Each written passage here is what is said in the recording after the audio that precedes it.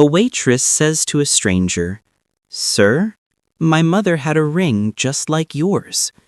She didn't know those words would uncover a secret buried for nearly 3 decades.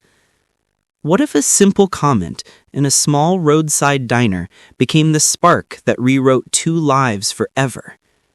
What if a ring, just a ring, was the bridge between guilt, loss, and a love that refused to die? This isn't just a story about coincidence. It's a story about truth, about finding family in the most unexpected place. Ethan Ward sat alone in the back booth of Maggie's Diner, a small-town place with chipped mugs and country music humming through the walls. At 54, Ethan was a billionaire whose name lived on university plaques and charity hospitals. But tonight, he was just a man trying to escape the echo of an empty mansion and the memory of his late wife, Laura, who died in a car crash 4 years earlier. He wasn't here for food. He was here because in places like this, no one cared about his fortune, only the story behind the tired eyes staring into cold coffee. Across the diner, Grace Miller, a 29-year-old waitress, refilled cups with quiet determination. She was a single mom, a veteran, juggling 2 jobs and a 3-year-old daughter named Sophie, who thought her mother hung the moon.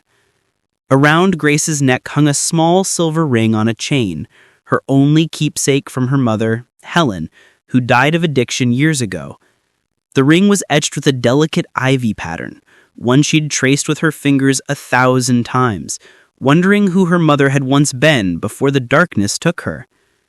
As Grace poured coffee into Ethan's mug, her eyes caught the ring on his right hand. Her breath hitched. "Hi, sir. My mom had a ring just like yours." Ethan froze. His pulse spiked. That ring, with the same ivy pattern, had belonged to his wife, Laura. "What did you just say?" Grace smiled politely, unaware of the storm behind his eyes. "My mother's ring. It's just like yours. She said it was from someone special, a long time ago." Ethan's grip tightened around his cup. Laura's ring had a twin, made for her by a friend from her youth. That friend's name was Helen. He hadn't heard that name in over 30 years. That night, Ethan couldn't sleep. He sat in his hotel room, staring at the silver ring that had outlived its owner. Helen, Laura's childhood friend, had been bright, kind, but broken. He remembered her at their wedding, smiling through tears, handing Laura a small box. Inside had been a ring identical to Laura's. "So you'll always have a piece of me," she'd said. But life hadn't been kind to Helen. Addiction, poverty, and silence swallowed her whole. He had buried her memory. Until tonight. The next evening, Ethan returned to Maggie's. He didn't know why, only that something unfinished was tugging at him.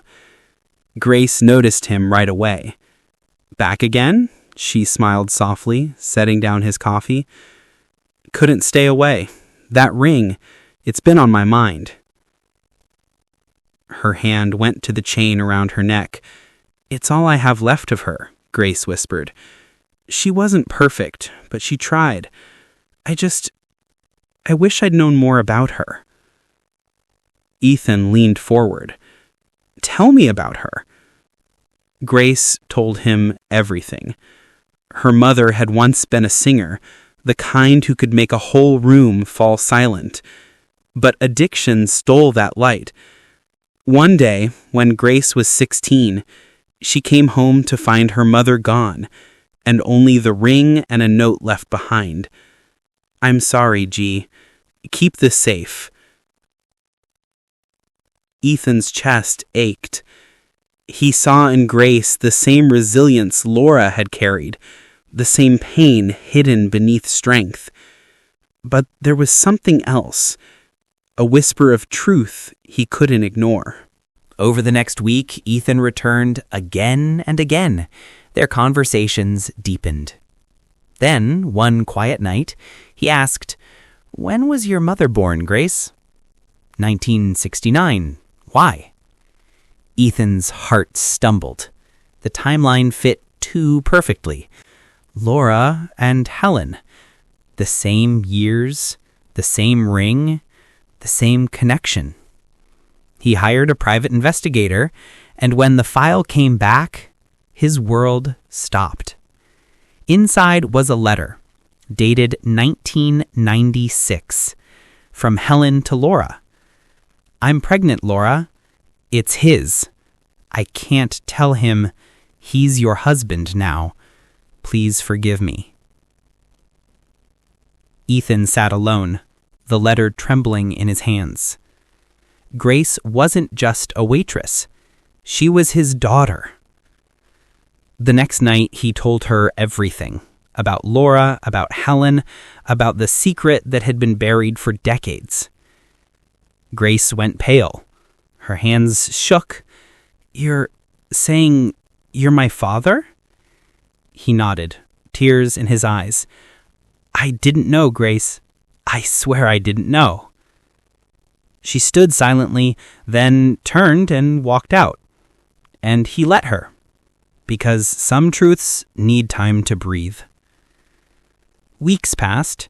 Then, one snowy evening, Grace approached Ethan's booth, her daughter Sophie in her arms. "I'm still angry," she said quietly. "But I don't want to be. I want Sophie to know her grandfather." Ethan smiled through tears. That night, 3 generations sat together. A family stitched back together by truth, forgiveness, and a silver ring that once symbolized loss, but now, redemption. Because sometimes, the family we lose finds its way back in the most unexpected ways.